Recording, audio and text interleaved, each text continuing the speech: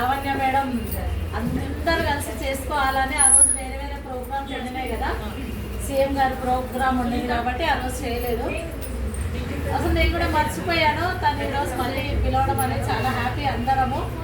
అందరం స్త్రీలమే కదా, అందరం చదువుకున్నాము, కొంతమంది చదువుకోకపోవచ్చు, చక్కగా జాబులు చేసుకుంటున్నాము, పిల్లలు టైలరింగ్ ఇవన్నీ చేసుకుంటున్నాం కదా.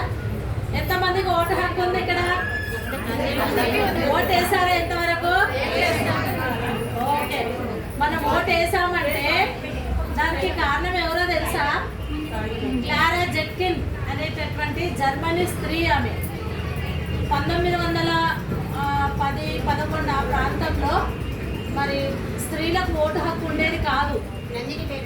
ఇప్పుడు మనం ఎంత హ్యాపీగా MLA elections, MP elections, corporator elections వచ్చాయంటే హ్యాపీగా పొద్దున్నే లేసి అమ్మ వంట చేసేది ఉందండి, తొందరగా వెళ్ళి వంట చేసుకోకముందే ఓటు వేసేసి వస్తున్నాం. దానికి కారణం ఎవరంటే క్లారా జెట్కిన్ అనేటువంటి స్త్రీ. ఆమె పేరే క్లారా జెట్కిన్, జర్మనీ కంట్రీకి చెందినటువంటి ఆమె. సో ఆ దినాలలో మరి స్త్రీలు వర్క్ చేస్తే పురుషులతో సమానంగా వేతనం అంటే శాలరీ ఇచ్చేవాళ్ళు కాదు. స్త్రీలకు తక్కువ శాలరీ ఇచ్చేవాళ్ళు, పురుషులకు ఎక్కువ శాలరీ ఇచ్చేవాళ్ళు. అయితే ఆమె ఆ శాలరీస్ గురించి, ఓటు హక్కు గురించి ఆ దినాలలో ఆమె మరి ఎంతో ఉద్యమాలు చేసింది. ఒకరోజు అయితే శాంతి ర్యాలీ చేసిందని, శాంతి ర్యాలీ చేసి మనం ఓటు వేసుకోవడానికి. మరి ఇప్పుడు చూడండి, లెక్చరర్స్ కానీ, టీచర్స్ కానీ, కూలీలు కానీ ఎవరైనా కూడా సమాన వేతనం, సమాన శాలరీ ఇవ్వడానికి ఆ స్త్రీ కారణం. సో మన లైఫ్లో ఆమె పేరుని ఇప్పుడు కూడా మనము మర్చిపోకూడదు, క్లారా జెట్కిన్. ఓకేనా? సో ఈ దినాలలో మరి స్త్రీలు లేనటువంటి రంగం అనేది ఏది లేదు కదా. ఏరోప్లేన్లో నడుపుతున్నారు, మీరు అట్లనే నిలబడండి, లైట్ పడుతుంది. తర్వాత నడుపుతున్నారు, లారీస్ నడుపుతున్నారు, ఆటో డ్రైవర్లు ఉన్నారు, క్యాబ్ డ్రైవర్లు ఉన్నారు. చూసారా? నేను ఒకసారి అయితే ఆటో డ్రైవర్ ఒక ఆమెను అయితే చూశాను. క్యాబ్ డ్రైవర్స్ కూడా ఉన్నారని విన్నా కానీ నేనైతే ప్రత్యక్షంగా ఎక్కువ కనబడలేదు. ఉన్నారు. కండక్టర్స్గా, టీచర్స్గా, లెక్చరర్స్గా, ప్రొఫెసర్స్గా, పొలిటీషియన్స్గా. మన ఇందిరాగాంధీని జ్ఞాపకం చేసుకుంటే ఆమె ఒక స్త్రీ ప్రధానమంత్రిగా ఉండింది కదా. మరి ఆకాశంలో మరి ఇప్పుడు సునీతా విలియమ్స్ ఎంతమంది గుర్తుంది మీకు? ఆమె మరి చంద్రమండలంలో ఇంకా ఆమె అన్ని పరిశోధనలు చేస్తూనే ఉన్నది. సో ఈ రకంగా స్త్రీలు లేని రంగం అంటూ ఎక్కడ కూడా లేదు. ఒక మాటకు వస్తే స్త్రీ లేకపోతే ప్రపంచమే లేదు. అవునా? పొద్దున్న లేచినప్పటి నుండి మరి స్త్రీ రాత్రి పడుకునేంత వరకు కూడా విశ్రాంతి లేకుండా పని చేస్తారు. స్త్రీ లేని కుటుంబాలు ఎంత ఘోరంగా ఉంటాయంటే నిజంగా వాటిని వర్ణించలేము. అట్లాంటి ప్రాబ్లమ్స్ ఫేస్ చేసే వాళ్ళకే అది అర్థమవుతుంది.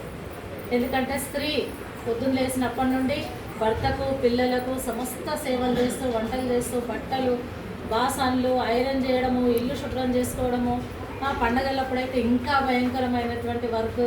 ఈ రకంగా స్త్రీ అనేటటువంటిది పురుషుల యొక్క జీవితంలో చాలా ఇంపార్టెంట్ రోల్ అనేది చేస్తుంది. సో మనమందరం చాలా గ్రేట్. మనకు మనమే జై చెప్పుకోవాలి, జై స్త్రీలు.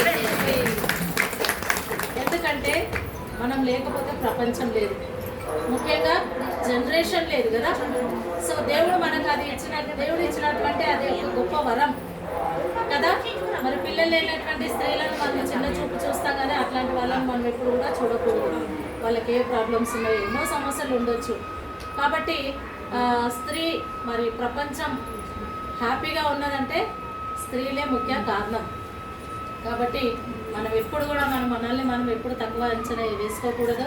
ఒకవేళ ఫ్యూచర్లో చదువుకోవాలనుకున్న వాళ్ళు, మాకు మ్యారేజ్ అయింది, మేము చదువుకోవాలా, ఇప్పుడే చదువుకోవాలా, ఇప్పుడు చదువుకోవాలా, పెళ్ళయింది, పిల్లలు ఉన్నారు అనేటటువంటివి ఏవి పెట్టుకోకుండా చదువు మీద ఇంట్రెస్ట్ ఉండేటటువంటి వాళ్ళు చక్కగా ఇంట్లోనే ఉండి ఓపెన్ యూనివర్సిటీస్లలో జాయిన్ అయిపోయి చక్కగా ఎడ్యుకేషన్ కంప్లీట్ చేసుకొని కంప్యూటర్ కోర్సులు నేర్చుకుంటే ఇంకా భవిష్యత్తులో ఒక మంచి స్థానంలో మంచి హోదాలో ఉండేటటువంటి అవకాశం మనం స్త్రీలమైనటువంటి మనకు ఉంది. కాబట్టి ఈ యొక్క ఉమెన్స్ డేని మనం సెలబ్రేట్ చేసుకోవడానికి మరి లావణ్య మేడం మనల్ని ఇక్కడ గ్యాదర్ చేయడం అనేది మనకి ఎంతో సంతోషంగా ఉన్నది.